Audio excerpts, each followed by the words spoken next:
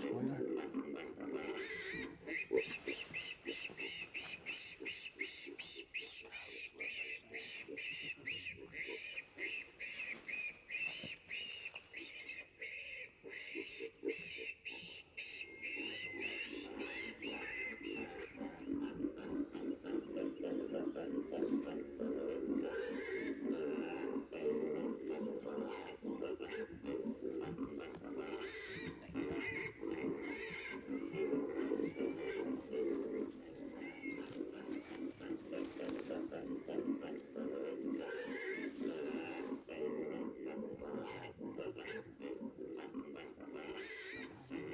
Right behind the brush pile. To the right or the left? Right.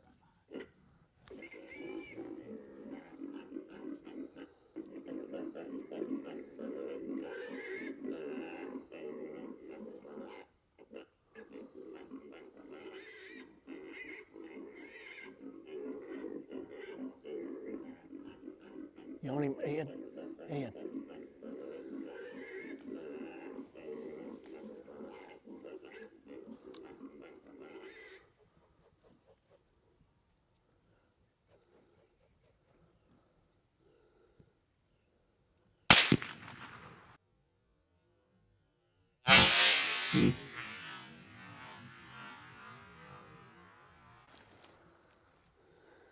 And that's the way you call a hog right there, Glenn Guest style. We sat here probably 10 minutes, 15 minutes, nothing. I turned that call off. And Glenn said, just turn it off and see if we can hear anything, kind of give it a little dead space. It wasn't a minute after I killed it. He heard that hog grunt back in there. I can't hear nothing, deaf as a hammer, but he heard that hog grunt back there. I turned the call back on, and sure enough, man, he popped out right there. And Ed Shopman over there put the pie on him with the, you're shooting a blackout, right? With the blackout. All right. Good, and shot placement fantastic. Thank you. Bullet HP, Glenn Guest sounds on the Bullet HP.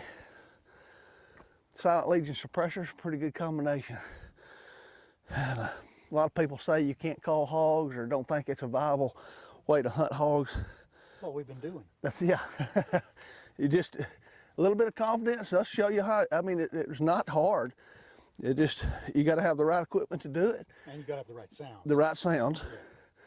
Yeah. And it works, obviously. That hog was grunting back in there, came right up, came right to the call. And, you know, without the calling, we wouldn't have killed that hog. I agree. Never would have seen it. Never would have seen it.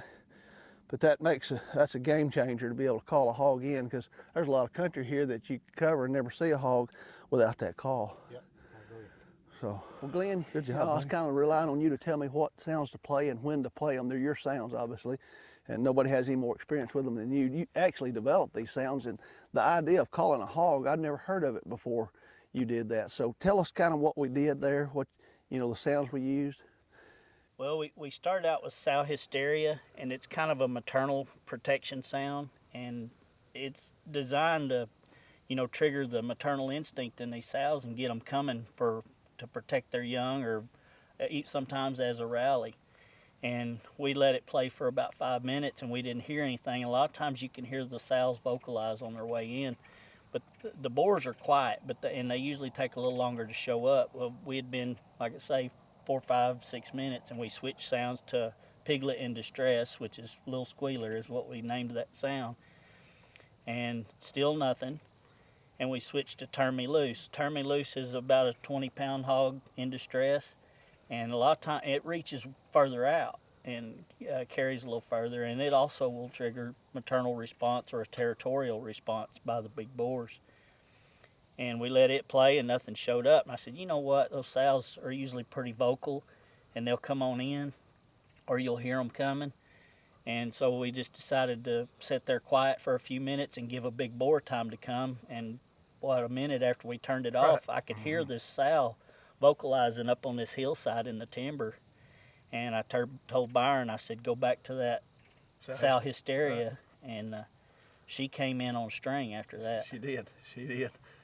hesitated for just a second, trying to locate where the sound was coming from, and then went right to it. They'll hesitate when they leave a thick cover. Yeah. A lot of times they'll check up, Just like a coyote. just like a coyote.